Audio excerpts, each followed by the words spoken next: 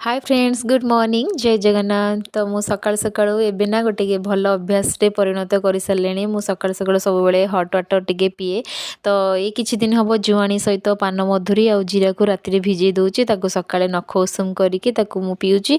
तो पी सारा पर जेहेतु पुओ स्कूल जीव ताको टिके रेडी करिवार अछि से तार निजे निजे आज मो कहला मम्मी मो छतुआ बनेबी से छतुआ अमूल बिस्कुट पकेई ताको कौन गोला गोली करी घंटा चकटा करी से तार गोटे बढ़िया पेस्ट बनईकी से ताको खाइला ताको भल लागिला। तो मत विशेष किसी कष्ट करा पड़ानी। तो स्कूल पठे सारापर मुझे मोर रोसे करने।